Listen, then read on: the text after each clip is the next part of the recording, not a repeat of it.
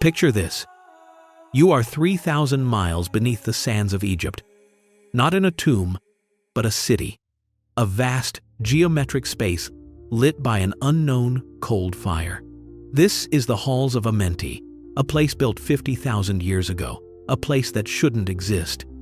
Before you, on a throne, sits a being who has conquered death itself. Thoth, the Atlantean. In his hands, he holds 12 tablets of an emerald green material. Indestructible, pulsating with energy. They contain the history of a lost race, the secrets of space travel, and the formula for eternal life. This is the story you've been told. But it is a lie, and the truth, hidden in the fragments of history, is far more shocking than the fiction. And now, please stop the video and subscribe to our channel. To be able to keep making videos like this, we need to reach 1,000 subscribers as soon as possible. Thank you. That story of the immortal Atlantean king and his city of light beneath the desert is a powerful one.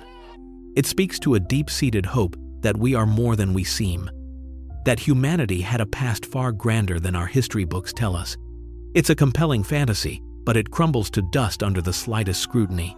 So if the halls of Amenti are a mirage, if the story of Thoth, the immortal, is a modern invention, it forces a deeply unsettling question upon us. A question that cuts to the very heart of this mystery. What, then, are the Emerald Tablets? The name echoes through history, whispered in forgotten languages, sketched into the margins of forbidden books. You can feel its weight. Fragments of the puzzle are scattered everywhere, a whirlwind of confusion designed to keep you from the truth. You'll see cryptic symbols in medieval alchemical diagrams, hinting at a power to transmute life itself. You'll find mentions in dusty Syriac manuscripts, their pages brittle as autumn leaves. And today, you'll see the name plastered across 1 million conspiracy websites, tangled in a web of aliens, secret societies, and quantum physics. It's an information war, and its purpose is to obscure the origin. But all of these conflicting, chaotic clues point back to one single, tangible source: a real legend. To find it, you have to peel back the layers of lies. You have to ask the right question. Where did this incredible story really come from? And, more importantly, what happened to the real Emerald Tablet? The answer to that question is not what you think. It's not buried in some forgotten tomb or locked away in a secret vault. The source isn't thousands of years old. It's not even hundreds. The grand, cinematic story of Thoth, the Atlantean, of a super civilization and its immortal priest king, was written down for the very first time in the 1,930 seconds. The author was not a scribe or a sage. He was a man from Oklahoma named Claude Doggins, who went by the far more mystical and marketable name, Maurice Doreal. Doreal was an American occultist, the founder of a spiritualist group called the Brotherhood of the White Temple. And he had a story to sell. And according to him, his book, The Emerald Tablets of Thoth, the Atlantean, wasn't something he wrote. Oh no, it was something he was given. He claimed to have gained access to a pyramid in Central America, where he was allowed to read the original tablets and later channeled their contents, translating them from the original Atlantean language in a deep meditative state. Let that sink in for a moment. Nearly every modern conception of the Emerald Tablets, the epic narrative, the ancient astronaut theories, the halls of Amenti beneath the pyramid, it all comes from one single source. Not an ancient artifact, but a book self-published less than 100 years ago by a man who claimed to be talking to a ghost. The story that has captivated millions wasn't discovered. It was invented.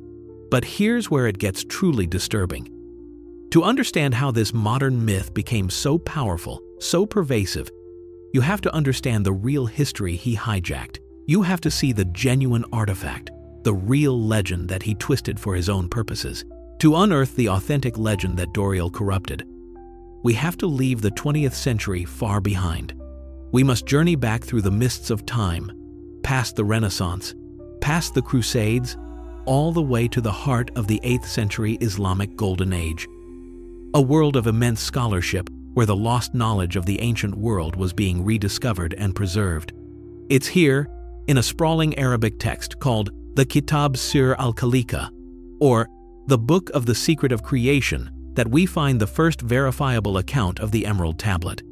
The book is attributed to a sage known as Balinus, a figure many believe to be Apollonius of Tyana, a Greek philosopher from the 1st century. According to this foundational text, Balinus discovered a hidden vault, a secret chamber sealed beneath a statue of Hermes. Prying it open, he descended into the cold, silent, dark. The air was stale, untouched for eons. And in the gloom, he saw it, a figure, sitting upright on a golden throne. It was the corpse of an old man, perfectly preserved, ancient beyond comprehension. This was said to be the body of Hermes Trismegistus himself, the thrice great master of wisdom. And in the lap of the corpse, held by its lifeless hands, was a single tablet made of a deep green stone. It was covered in an ancient, pre-Adamic language. This is it. Forget the halls of Amenti and the Atlantean spaceships. This is the original legend. A dark, quiet tomb, a long-dead god, and a single, cryptic stone. Balinus had found the artifact that would haunt the dreams of alchemists for 1,000 years. But the real power wasn't in the object itself. It was in the message carved upon its surface. So what was this world-changing message, this primordial secret held in the hands of a dead god? What epic history was carved into that green stone? The answer is the most shocking part of the entire story. There was no history. There was no epic. There were no tales of Atlantis. No genealogies of priest-kings. No warnings of a coming cataclysm. The entire text, the legendary foundation of all Western esotericism, is barely a dozen lines long. It's a paragraph. You've been led to expect the lost history of the world, but what Balinus found was a cosmic riddle. The words are a dense, metaphorical, and deeply strange recipe for reality itself. That which is below is like that which is above, and that which is above is like that which is below, to perform the miracles of one only thing. It goes on like this, speaking of the sun as its father, the moon as its mother, and the wind carrying it in its belly. It's not a narrative, it's a schematic, a piece of divine engineering. This is the core of the deception. The sprawling science fiction universe of Thoth the Atlantean was built on the foundation of this tiny, cryptic poem. The difference is staggering. One is a detailed history of a lost super race. The other is a philosophical key. This is it. This is the genuine article. Not a history of Atlantis, but a short, enigmatic alchemical formula. The secret wasn't a story. It was a code. And it would obsess the greatest minds in history. That tiny, cryptic code, found in a dead god's hands, was potent. But for 400 years, that code remained locked within the Arabic-speaking world, a secret whispered only in one tongue. But in the 12th century, in the intellectual melting pot of Spain where cultures collided, it found a way out. A Spanish scholar and translator named Hugo of Santalla got his hands on an Arabic version. When he rendered those enigmatic phrases into Latin, he didn't just translate a text. He lit a fuse. The moment those words existed in the language of the European church and academy, the contagion began. Suddenly, this short, powerful formula was unleashed upon a continent hungry for secret knowledge. To the burgeoning world of European alchemy, it wasn't just a curiosity. It was a holy grail. It was confirmation of their quest, a foundational document that proved the legendary philosopher's stone was real. This was the blueprint, the divine recipe for turning lead into gold and achieving immortality. The original 13 lines became a seed, and from that seed, a forest of obsession grew. Entire libraries were written to decode a single paragraph. A mythology was built on top of the riddle, as each generation of alchemists added their own interpretations, their own symbols, their own secret meanings. The simple text was buried under a mountain of hope, greed, and arcane scholarship. It became a kind of intellectual virus, spreading from one great mind to the next across Europe. Each new host adding their own layer of complexity, their own feverish dreams. And soon, it would find its most unlikely and most brilliant. This enigmatic code didn't just captivate fringe mystics. Its intellectual contagion spread to the highest echelons of human thought, infecting the most rational minds in history, and there is no greater example than its most famous and most secret student, a man whose very name is synonymous with logic, reason, and the cold, hard mechanics of the physical universe. We think of him as the father of modern physics, the man who gave us the laws of motion and universal gravitation. He was the architect of the Enlightenment, a figure of pure, unadulterated genius who dragged the world out of superstition. But this is only half the story. It's the sanitized public version. For centuries, a vast collection of his personal writings, over 1 million words on occult subjects, were deliberately suppressed, hidden from public view because they revealed a shocking truth. The father of modern science was also one of the last great alchemists.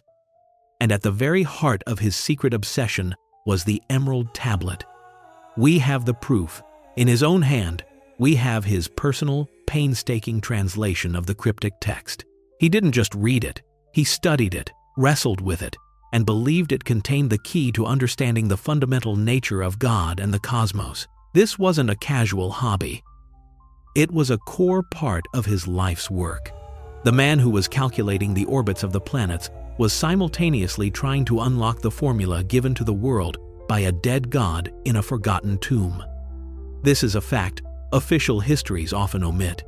The father of the Enlightenment was obsessed with a cryptic message found on a mythical green stone, and if Isaac Newton believed it was the key to everything, it proves just how powerful, how important the real legend was before it was hijacked. So, on one hand, you have Sir Isaac Newton, one of the greatest intellects in human history, dedicating years of secret study to a cryptic 13-line riddle. And on the other, you have Maurice Doreal. Now that we understand the profound historical gravity of the real tablet, we can finally dissect the mechanism of his modern lie. Doreal wasn't a prophet. He was an intellectual parasite. He created his new myth using a specific and deliberate formula, a kind of corrupt alchemy all its own. First, he took the kernel of truth, the established historical artifact.